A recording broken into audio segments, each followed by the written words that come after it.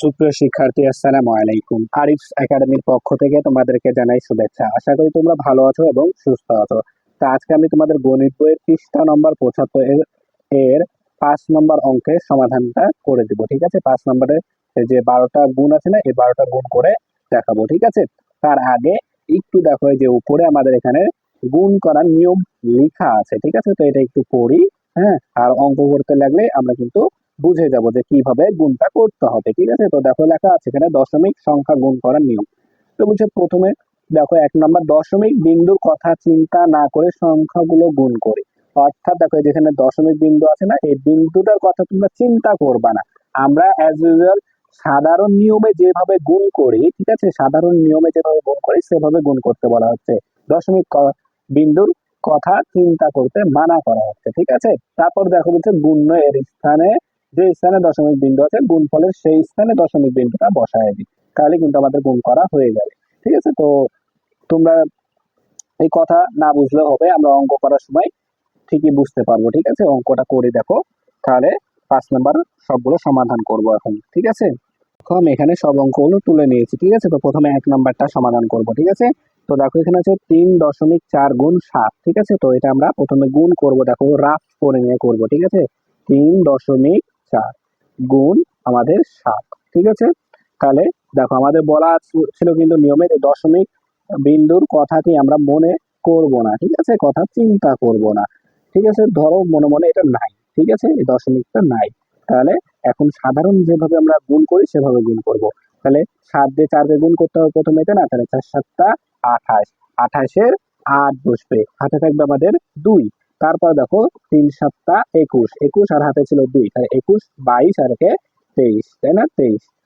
তাহলে এখন দেখো, এখন এখানে দশমিক বিন্দু আছে, এখানেও তো আমাদেরকে দশমিক বিন্দু বসাতে হবে, তাই না? তো এখানে দেখো একটা সংখ্যার পরে দশমিক আছে, তাহলে আমরা এখানেও একটা সংখ্যার পরে দশমিক দিয়ে দেবো। ঠিক আছে, তাহলে 8-এর পরে দশমিকটা দিয়ে দিলাম। ঠিক আছে, এরপর দেখো এখানে আছে 2 নাম্বারের 6.7 গুণ 8। তাহলে আমরা যদি এটাকেও গুণ করি 6.7 গুণন 8, তাহলে দেখো 27-এ 56, 56 6 হাতে থেকে 5। ঠিক আছে, 6 48 আর 5-এ 53। তাহলে এখানেও দেখো একটা সংখ্যার পর দশমিক আছে, তাহলে আমরা এখানে একটা সংখ্যার পর এখানে দশমিক বসাই দেবো। ঠিক আছে, এরপর দেখো 3 নাম্বার। আচ্ছা, আমরা এখানে উত্তরটা এখানে লিখে দিই, তাহলে সুবিধা হয়। 23.8 আর এটার উত্তর হচ্ছে 53.6। ঠিক আছে, তাহলে এখন 3 নাম্বার দেখো 7.6 গুণন 4। ঠিক আছে, 4 4 6 24, 24-এ 4 হাতে থাকে 2, 4 7 28 আর 2 30। ঠিক আছে, তাহলে এখানে একটা সংখ্যার পর দশমিক, তাহলে এখানেও একটা সংখ্যার পর দশমিক দিয়ে দেবো, তাহলে 30.4। তাহলে এখানে আমরা রেখে দিলাম 30.4। ঠিক আছে, এরপর দেখো 4 নাম্বারটা।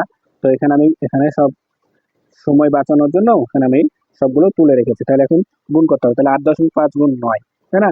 8.5 গুণন 9, তাহলে 5 নং 45, 45-এর 5 হাতে থাকে 4, 8 নং 72 আর 4-এ 76। ঠিক আছে, তাহলে এখানে দেখো একটা সংখ্যার পর দশমিক, তাহলে এখানে আমরা একটা সংখ্যার পর দশমিক দিয়ে দিলাম।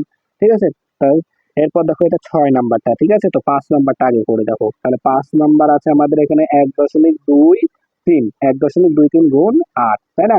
তাহলে দেখো 3 আসতে 24, 24-এ 4 হাতে থাকে 2, 8 দুগুণ 16, 17 18, 18 8 হাতে থাকে 1, 8 8 আর হাতে থাকে 9। ঠিক আছে, 9। তাহলে এখন দেখো এখানে একটা দুইটা সংখ্যার পর দশমিক, একটা দুইটা সংখ্যার পর দশমিক, তাহলে একটা দুইটা সংখ্যার পর এখানে আমাদের দশমিক বসবে। ঠিক আছে না? তারপরে দেখো এখন 6 নাম্বারটা।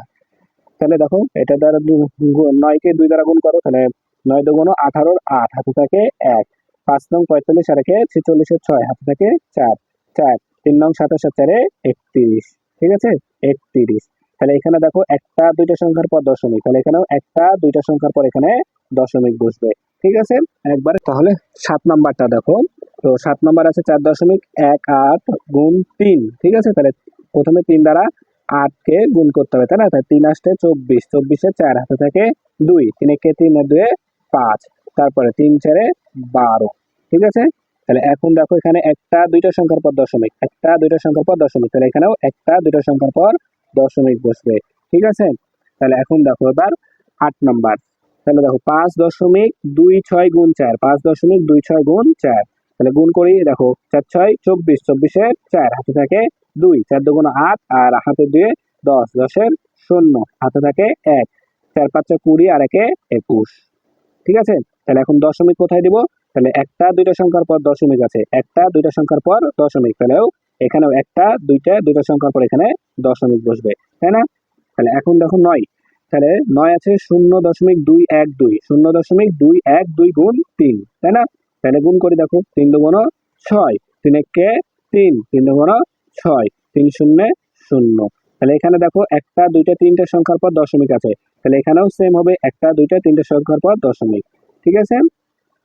এবার দেখো 10 নাম্বার, তাহলে 10 নাম্বার বলছে কি 4.037, 4.037 গুণ 8, তাহলে গুণ করে দেখো 27 56, 56 6, হাতে থাকে 5, আর 3 আসতে 24, 24 আর 5 29, 29 9, হাতে থাকে 2, 8 শূন্য 0 আর 2 2, তারপরে 4 আসতে 32, 4 আসতে 32। তাহলে এখন দশমিক কোথায় বসাবো?